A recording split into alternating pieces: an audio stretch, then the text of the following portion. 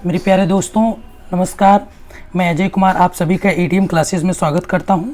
जैसा कि आपको पता है कि एडेड हाई स्कूल जो जूनियर की वैकेंसी आई है सहायक अध्यापक की, उसका मैं प्रैक्टिस सेट करा रहा हूं। साइंस का प्रैक्टिस सेट करा रहा हूं। 45 क्वेश्चन इसमें हम कंसीडर कर रहे हैं।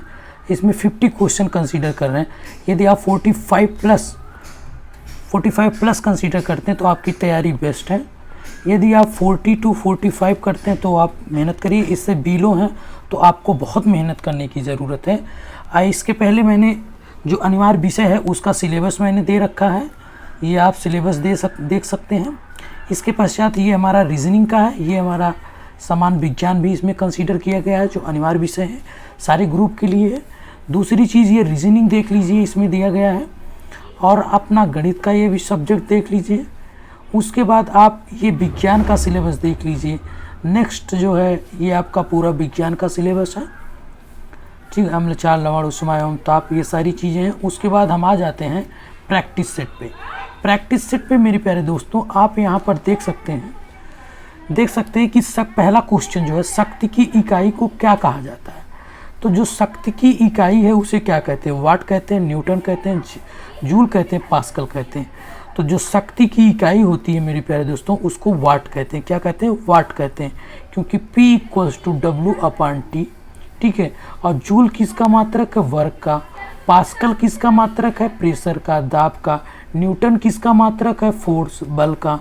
ठीक है। नेक्स्ट क्वेश्चन, निम्नलिखित में से कौन सा कथन न्यूटन के गति के तीसरे नियम के लिए सही है?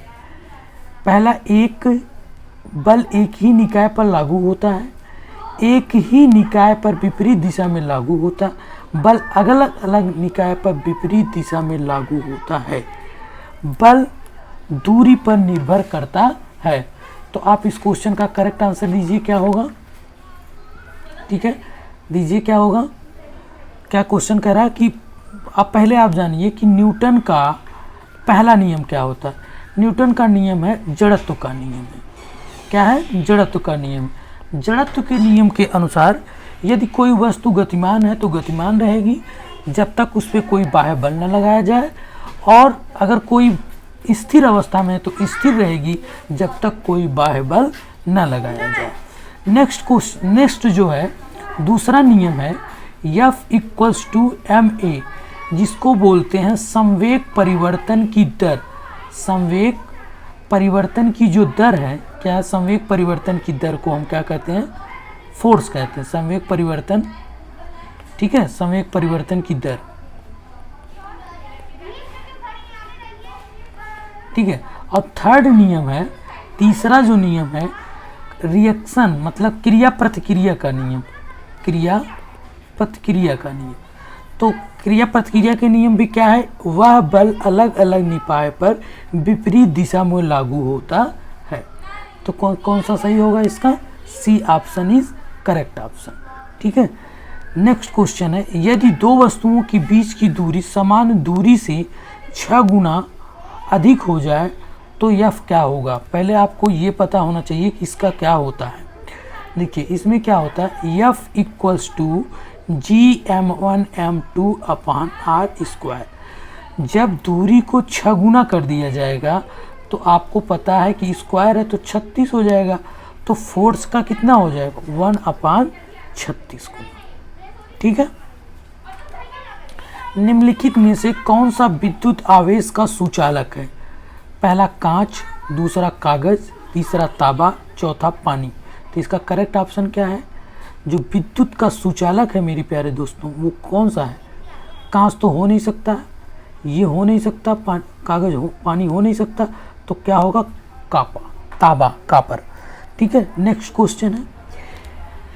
क्वेश्चन क्या है? देखिए कि एक ध्वनि तरंग के तरंगदैर्घ्य की गणना करें जिसमें आवृत्ति 20 हर्ट्ज है और किसी दिए गए माध्यम में उसकी गति 400 मीटर/सेकंड है। ठीक है। तो इसमें आपको दिया क्या है? तरंगदैर्घ्य की लैम्डा की गणना करना है। म्यू की वैल्यू जो है 200 हर्ट्ज दिया गया है और उसकी गति v = 40 मीटर/सेकंड दिया गया। तो आपको एक चीज़ पता होना चाहिए।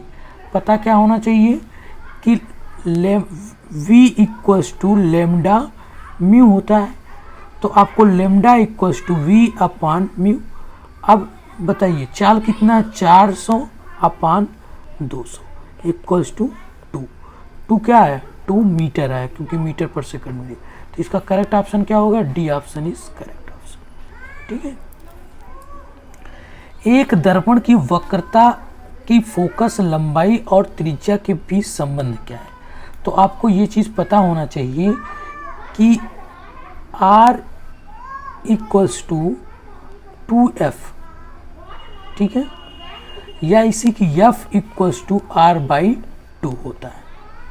तो इसका करेक्ट ऑप्शन क्या होगा, इसका करेक्ट ऑप्शन होगा R equals to 2F, C option. Next question है, उत्तल लेंस की फोकस लंबाई, क्वेश्चन में देखिए, उत्तल लेंस की फोकस लंबाई 40 सेंटीमीटर है, इसकी सख्त की गणना करें।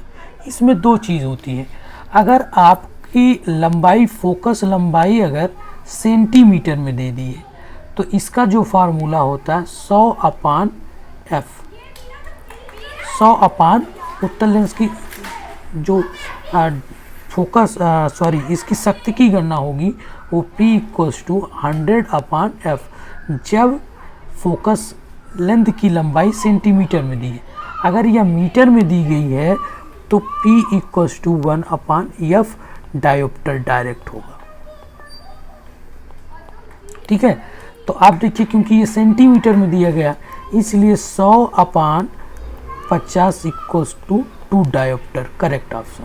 तो 2 क्या होगा इसका, 2 is correct option. Next question है कि एक विद्युत बल्ब के एक फिलामेंट को द्वारा 9 मिनट में 0.75 एम्पियर की धारा ली जाती है। धारा के माध्यम से प्रवाहित होने वाली विद्युत आवेश की मात्रा ज्ञात करें। तो मेरे प्यारे दोस्तों, आपको पता होना चाहिए कि Q equals to I T क्या होता है, आवेश equals to ampere into time, धारा इंटू समय। तो देखिए धारा कितनी है, धारा है 0.75 गुना में मिनट, टाइम को हमेशा मिनट मिलेंगे, 9 × 60। तो ये जब हम गुना करेंगे तो 405 गुलाम आएगा। तो इसका डी इज करेक्ट ऑप्शन। कौन सा होगा, डी इज करेक्ट ऑप्शन। कि एसआई ओम, ओम किसका मात्रक होता है, आपको पता होना चाहिए प्रतिरोध का जो मात्रक होता है वो ओम होता है, और विद्युत धारा का मात्रक क्या होता है, एम्पियर होता है। विद्युत आवेश का मात्रक कूलाम होता है, विभवांतर का मात्रक वोल्ट होता है। ठीक है।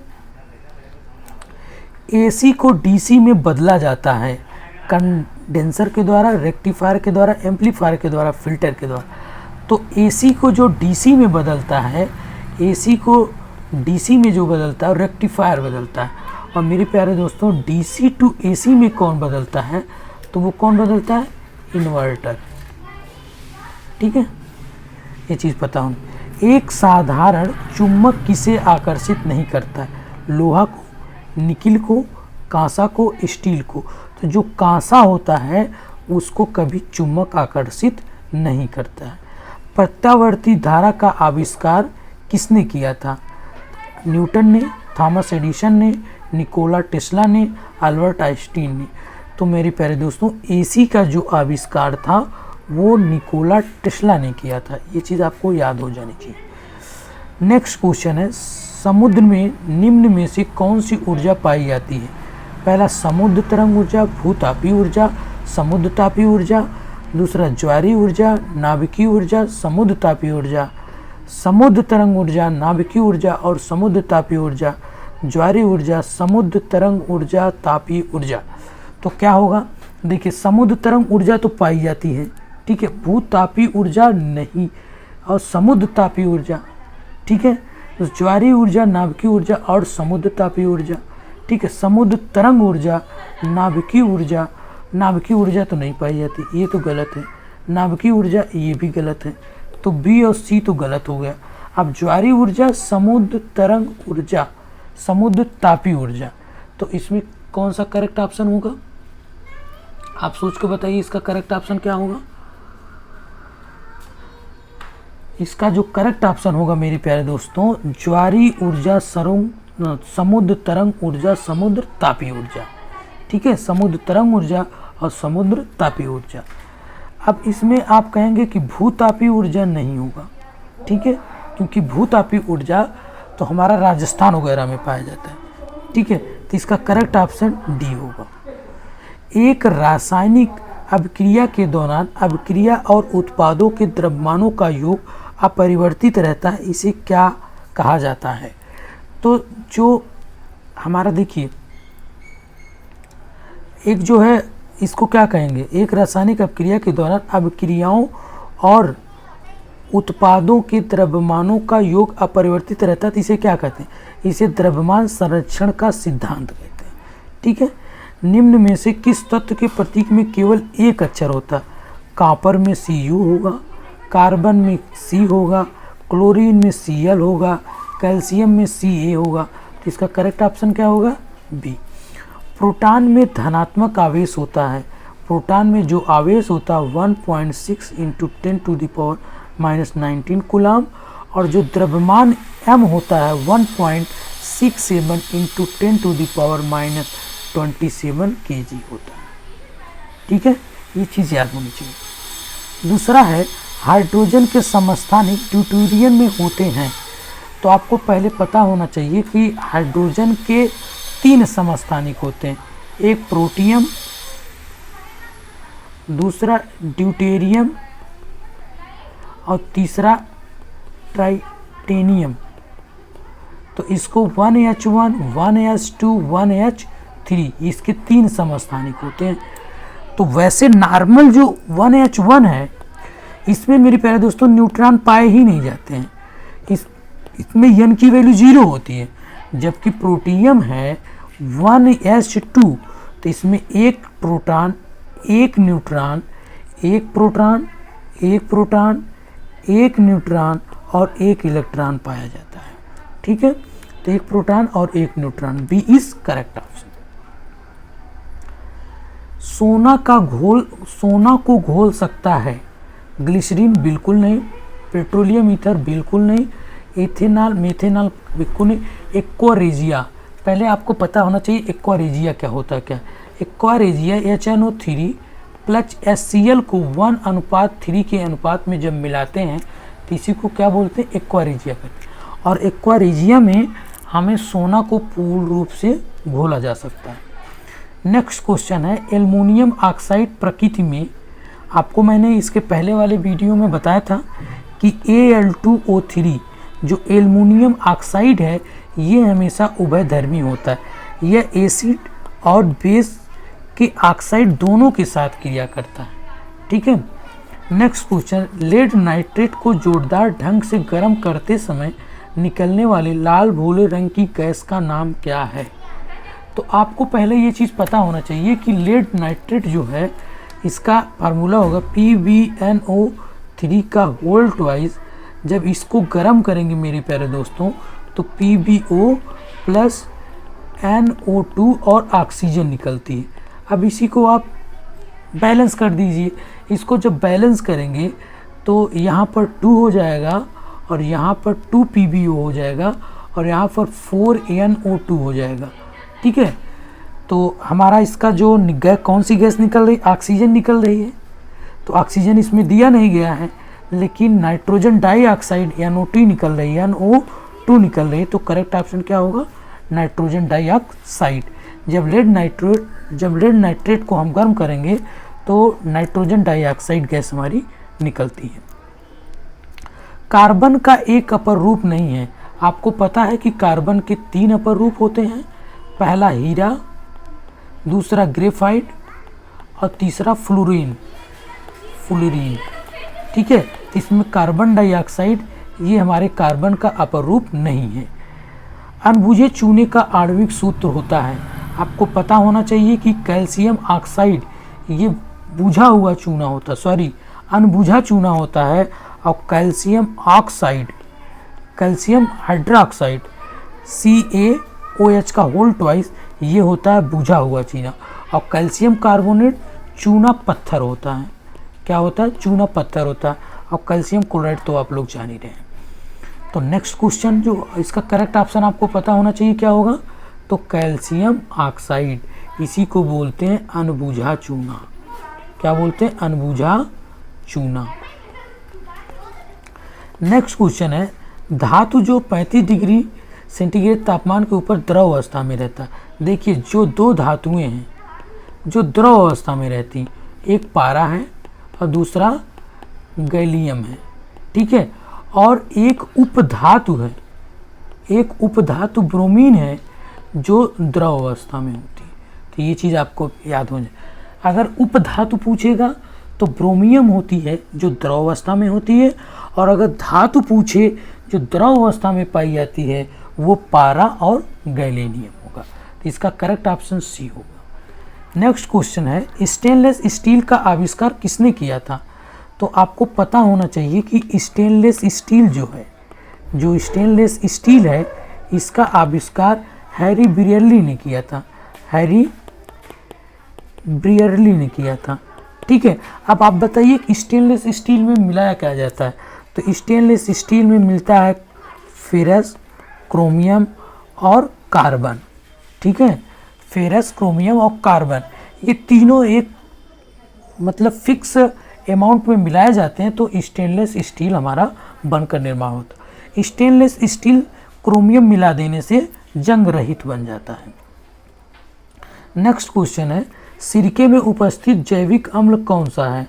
तो आपको पता है कि सिरके में क्या उपस्थित होता है? एसिटिक एसिड, एसिटिक एसिड होता है, और इसी एसिटिक एसिड को CH3COOH, जिसको हम कहेंगे एथेनोइक अम्ल, ठीक है। तो इसका correct option B is correct option, ठीक है। पक्षियों के अध्ययन को क्या कहा जाता है? तो आपको पता होना चाहिए, एंटोमोलॉजी, एंटोमोलॉजी कीट विज्ञान से है, ऑर्थियोलॉजी ये पक्षियों जगत से। अब वर्डोनोलॉजी क्या होता है? हार्पेटोलॉजी आप बताइए क्या होता है, ठीक है। इन दोनों को आप बताइए कि इसको क्या कहते हैं, ठीक है। चलिए, उस विशेष वर्डोलॉजी तो विशेष कोई चीज़ है नहीं, लेकिन आप कमेंट बॉक्स में ये लिख के बताइए हार्पेटोलॉजी क्या होता है, ठीक है। हार्पेटोलॉजी खून से संबंधित ये अध्ययन किया जाता है। ऊतक के प्रकार ग्रंथियाँ बनाते हैं, तो आप बताइए जो एपिथेलियल ग्रंथ ऊतक है ये ग्रंथियाँ बनाते हैं। एपिथेलियल ऊतक के प्रकार ग्रंथियाँ बनाते हैं, तो इसका करेक्ट ऑप्शन क्या होगा? एपिथेलियल, ठीक है।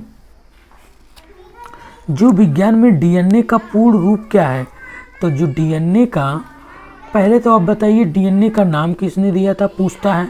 तो डीएनए का नाम फ्रेडरिक महोदय ने किया था, और डीएनए का जो डबल हेलिकल स्ट्रक्चर दिया था वो किसने दिया था? वाटसन एवं क्रिक ने दिया था, ठीक है। वाटसन एवं क्रिक ने दिया था। अगर आपसे पूछे कि डीएनए का फुल फॉर्म बताइए, तो D oxy ribo nucleic acid, ठीक। आप आरएनए के विषय में बताइए, आरएनए का फुल फॉर्म क्या होगा? कमेंट बॉक्स में लिख के बताइए। 5 जगत प्रणाली में वर्गीकरण का मुख्य आधार होता है, तो आप बताइए 5 जगत, पहले तो आप बताइए 5 जगत वर्गीकरण किसने दिया था? तो आपको पता होना चाहिए R.H.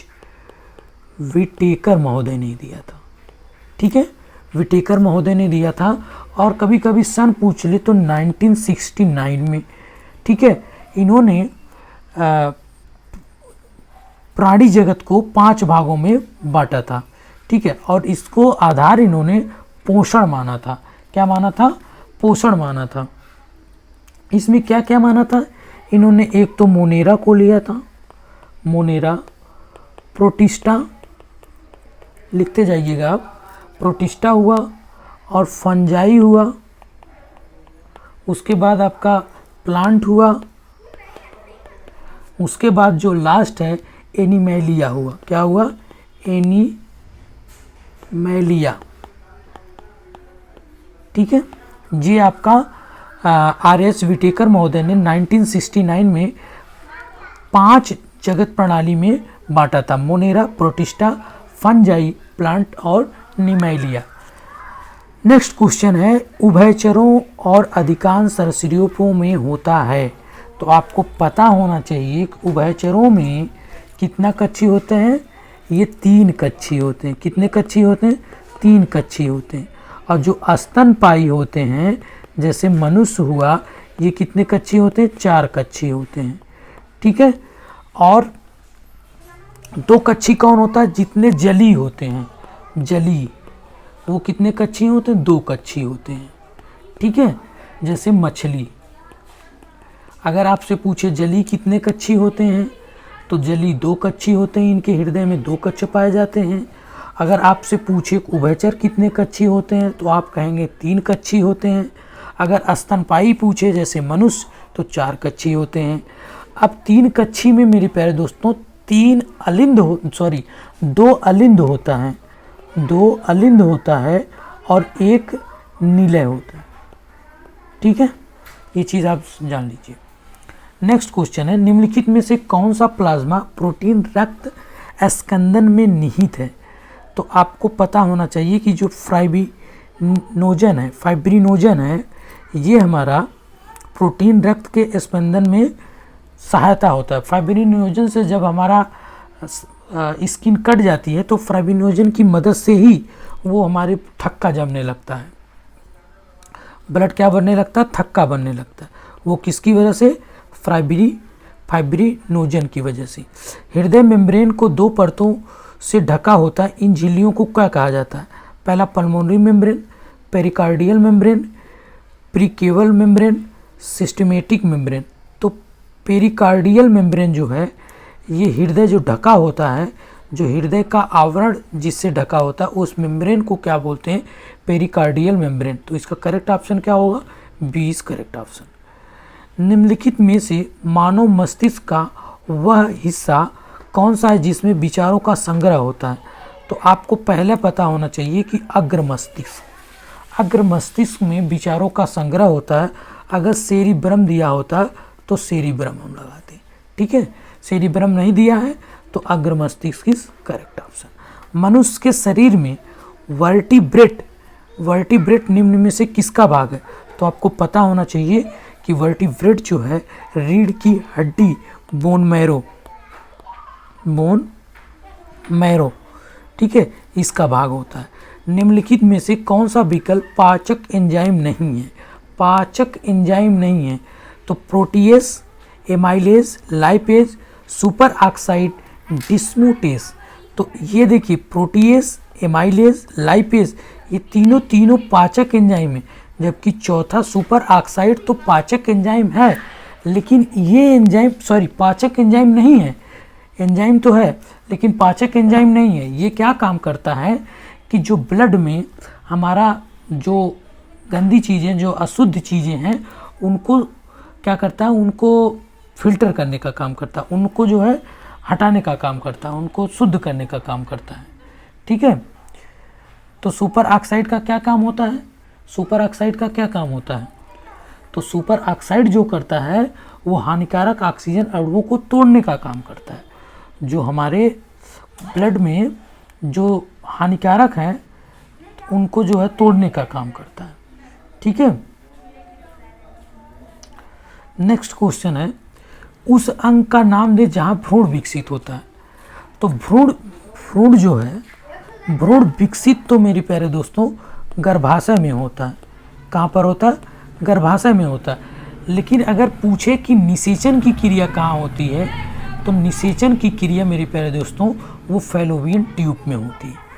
युवावस्था के समय लड़कों में दिखाई देने वाली उपस्थिति में बदलाव लाता है। युवावस्था के समय लड़कों में दिखाई देने वाली उपस्थिति में बदलाव लाता है टेस्टोस्टेरोन। ये जो है लड़कों में जो हार्मोन्स जनरेट होता है जब वो युवा अवस्था में होते हैं, 14 साल के ऊपर जब होने लगते हैं, तो उनमें जो है टेस्टोस्टेरोन जनरेट होना स्टार्ट हो जाता है। निम्नलिखित में से कौन सा आयरन का सबसे प्रचुर स्रोत है? तो आपको ये पता होना चाहिए, सब्जी सबसे अच्छा आयरन का स्रोत माना जाता है। निम्नलिखित में से कौन सा तीव्र जठराज्य संबंधित संक्रमण पैदा करने वाला एक जल जनित रोग है?